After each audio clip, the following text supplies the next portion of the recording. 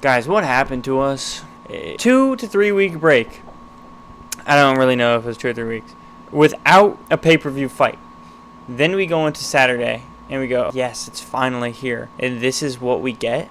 That fight card was low-key ass. Other than the 2 spinning back elbows, which was 2/10 of the spinning elbow knockouts in the UFC's history. And I also like to address, like, this isn't a purple, I'm going to work. This isn't purple, this is black. The camera's making it look purple. I don't know if it's doing that for you guys too, but it is for me.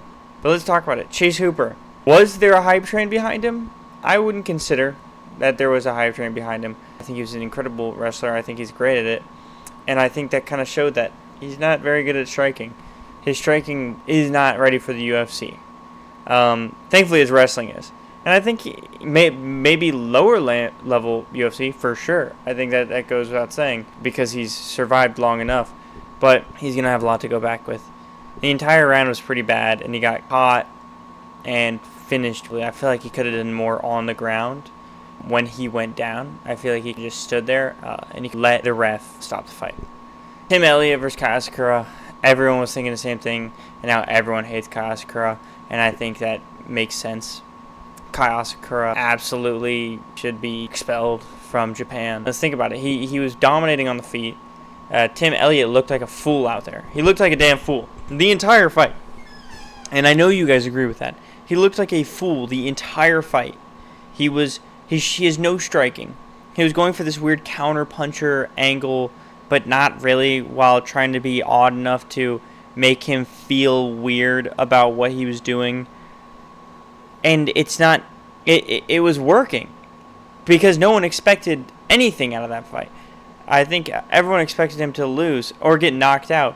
For some reason, he was not knocked out. Kai Asakura was dog-walking him the first round, the entire second round, until the last 20 seconds where he gets caught in some kind of half-ass fucking guillotine. The guillotine is the easiest choke to escape from, and a Japanese champion from Rising got caught in it. Boys, I don't want to get ahead of myself, alright?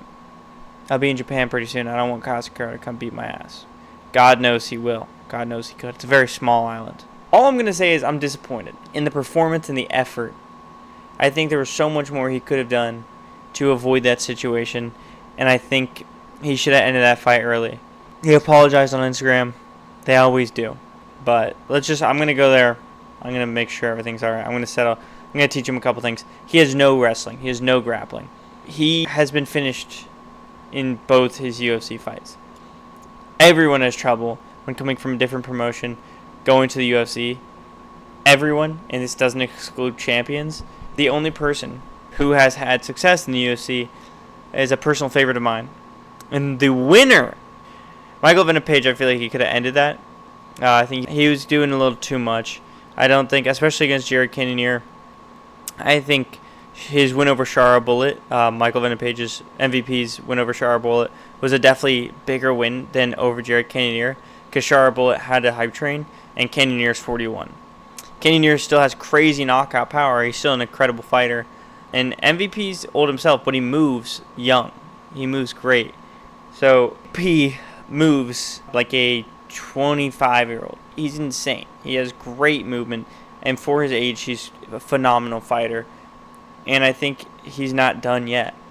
I think he needs to get more active for sure. And I think that he shouldn't. I obviously the UFC isn't going to allow this, but doing stuff like bare knuckle to limit his fighting years is stupid.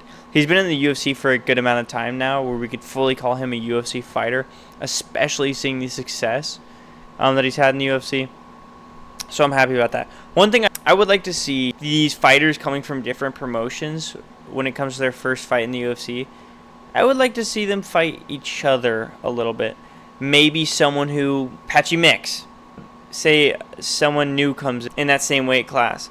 You should be fighting Patchy Mix. I think things are different now in the UFC to where it's a skill reset.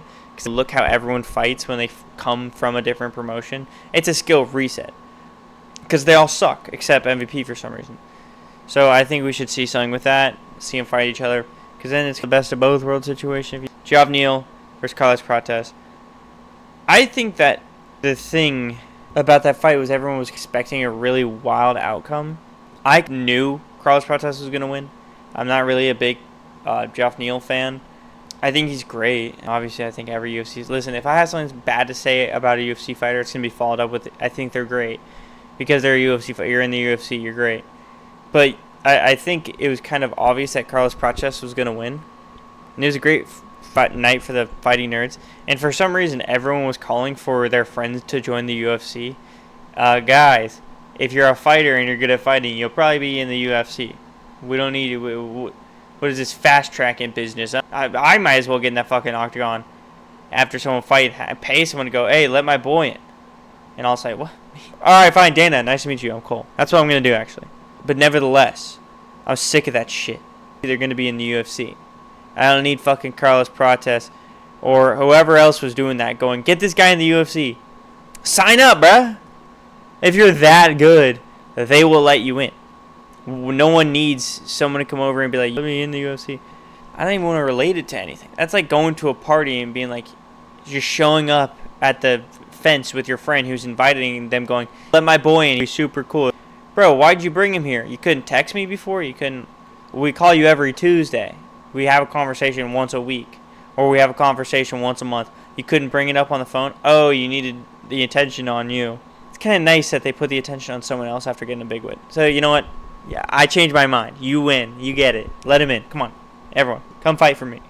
Lerone Murphy versus Aaron Pico. Another person who came from a different league. I don't understand why Lerone Murphy was the underdog. Very weird. Have we not learned how this thing works? Have we not learned if you're coming to the UFC from a different promotion, you will lose unless you're MVP? And here's what I'm starting to think. What's a common theme between all the people losing that's different from MVP?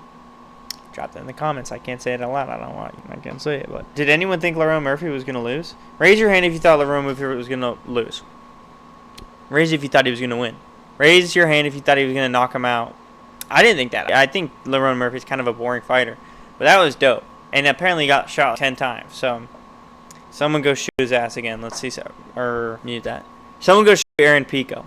Bleep that out. Anyways, that was awesome. Any knockout like that is crazy. All the knockouts are on the top of the head, which is significantly more dangerous than getting caught in the jaw. So, piece of advice: you guys gotta start putting your jaws up more. That's a joke. Dricus versus Khamzat. Did we expect anything different?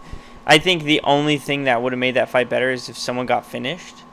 But if someone were to get finished, it would probably be Dricus. Khamzat's just so boring. I think that the only reason there's been this hype train behind Khamzat is because he finishes the fights quicker. But he's not that good. That's the worst thing I've ever said. He's great at wrestling. He's not that good at anything else. He has very simple chokes. He was trying to set... I don't even think he's ever heard of the crucifix submission in his life. Doing this weird thing with setting it up, but not doing anything at all.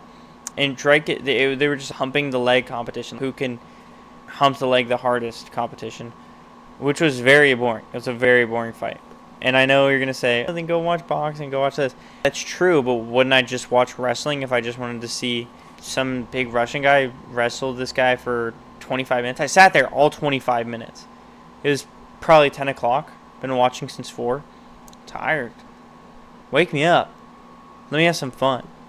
Petition to put the main event in the middle of the card. Because then you get reinvigorated. I got an idea. 3 main events. 1 championship fight.